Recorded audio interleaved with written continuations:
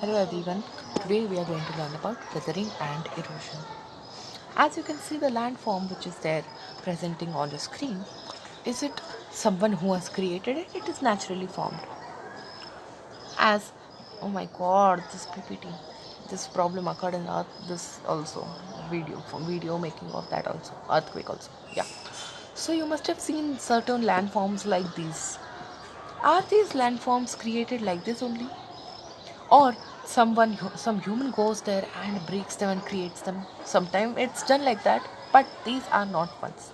These are caused due to nature, and nature makes them through two types of processes: internal processes and external processes. What are these internal and external processes? Internal processes take place inside the Earth's crust. For example, the movement of tectonic plates, volcanoes, earthquakes. These motions are usually slow, and the slow movement can lead to mountains and continents, while the abrupt are also there, which can lead to earthquakes and volcanoes. The vertical movement can cause faulting of the crystal rocks to produce landforms such as plateaus, block mountains, escarpments, and all rifts and valleys and etc. While the lateral movement can cause folding in crystal rocks, forming fold mountains, etc. The volcanoes are exterior, while lava plains, mud pools, geysers, hot springs are interior. The batholiths, lakes, and laccoliths. Then is the external process. External processes take place on the surface of the Earth's surface, that is the weathering, erosion, gradation due to agents such as temperature, water, chemical, winds, etc. External processes are always slow. They wear away higher areas and deposit the weared material in the lower areas. Then the weathering produces soil, earth pillars, etc. The erosion by water bodies can form valleys, peneplains, cliffs, coastal terraces. The deposition by water bodies produce floodplains, alluvial plains, deltas, beaches, drumlins, tarn lakes. What is weathering, erosion, and gradation? Weathering is a static process in which breaking down or wearing away of rocks, soils, minerals, wood, artificial materials, etc., through the exposure to agents in atmosphere like temperature, moisture, and frost. Let us understand this. Weathering is a static process. Static means what? There is no movement, which breaks down the rocks or wears them away into where the rocks, soil, mineral, wood, artificial material, etc., through the exposure to agents in only atmosphere like the temperature, moist, and frost. Then the erosion, which is the wearing away of rocks by the agents on the earth's surface like the water bodies and winds, etc.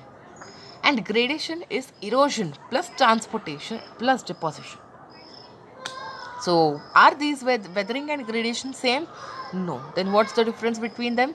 Weathering is breaking up of the rocks, while gradation is transportation and deposition of rocks after breaking them. Weathering is a static process that does not include any movement, while gradation is a dynamic process. Weathering is basic for soil formation, while gradation is responsible for sculpting landforms. Weathering is caused due to temperature change, humidity, precipitation, while gradation is caused due to agents like running water, moving ice, wind waves, etc. Gradation is of two types: aggradation and degradation. Aggradation is when the landforms at lower elevation are increased to height, that is, they are put up, while degradation is when the landforms at high elevations are reduced down to height, means upper material is put to lower. Then, weathering is of three types: mechanical, chemical, and biological. Mechanical is due to the abiotic components, chemical is due to the chemicals, and biological is due to the biotic components. Mechanical weathering. First type of mechanical weathering is due to the temperature.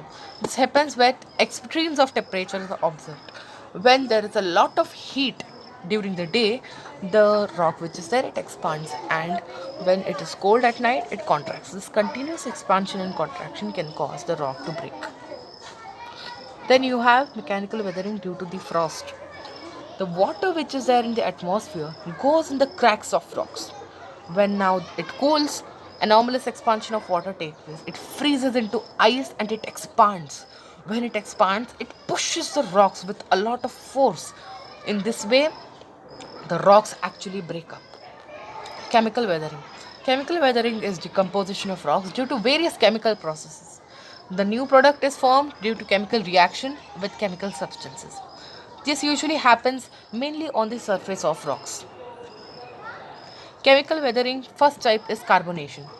Carbonation is the chemical breakdown of rocks due to the reaction of carbonic acid. Carbon dioxide in the atmosphere and that reacts with the water, so that forms a carbonic acid dilute, which is now this acid dissolves in the rock like lime. This acid dissolves the rock like limestone have calcium carbonate in it and that have soluble calcium bicarbonate in it. The surface of rocks have narrow, steep grooves due to the weathering called as the grikes, while the round or flap tops are called as the glints. Rainwater enters the joints and enlarges them to break them. Oxidation. The chemical breakdown of rocks due to the reaction with them oxygen is called as oxidation. Rocks and minerals react with oxygen, forming oxides and hydroxides of them. Therefore, it's easy easy now for the rock to get crumpled. It's very soft now. Very commonly found in rocks which with iron compounds, so rust is formed in them. Hydration. Hydration is breakdown of rocks due to the reaction of water. Minerals which are there, which that form the soil have no water in it, so they undergo hydration. What is hydration? They swell and increase in volume, and they lose luster, and they become soft after they absorb water. Now, this works usually with the secondary oxides like aluminium and iron oxide. This is as much as a mechanical weathering as a chemical one. Solution. So, in some substances in rock that are directly soluble in water dissolve in it and are removed by water, so that the rock has holes and rills with it longer a solid. Oh no. Biological weathering. Biological weathering is, as I told, due to the biotic components can be animals and plants. So human beings, human activities, the air pollution which is caused due to the vehicular traffic and factory emissions can increase the agents of weathering and erosion. As you can see, the acid rain takes place, and that can be also weathering the monuments and all. Paving large portions of land changes the direction and amount of normal rain runoff from that place, and therefore, where it wasn't a problem previously, now it has become a problem. The activities like strip mining and agriculture can help affect the ability of the land to absorb rain, so erosion and runoff of chemicals in the groundwater increases.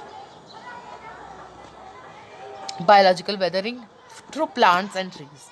The tree roots may generate in cracks of rocks as they grow, as they exert a great pressure on the rocks, leading to erosion. Same when the seeds which is there, it sprouts in the soil that has collected in cracked rock. The decay of plant remain emitted out. This emits out organic acids which bring out chemical weathering. Animals. The burrowing animals such as the rodents, insects, worms loosen the earth and exposure to they expose the earth rocks to the agents of weathering. Therefore, weathering takes place. The geometry of disintegration, granular disintegration. The disintegration where the grain boundary widens, causing micro cracks and loosens the rock structure. Here, the rocks is made up of coarse mineral grains commonly fall down grain by grain, forming a gravel or coarse sand.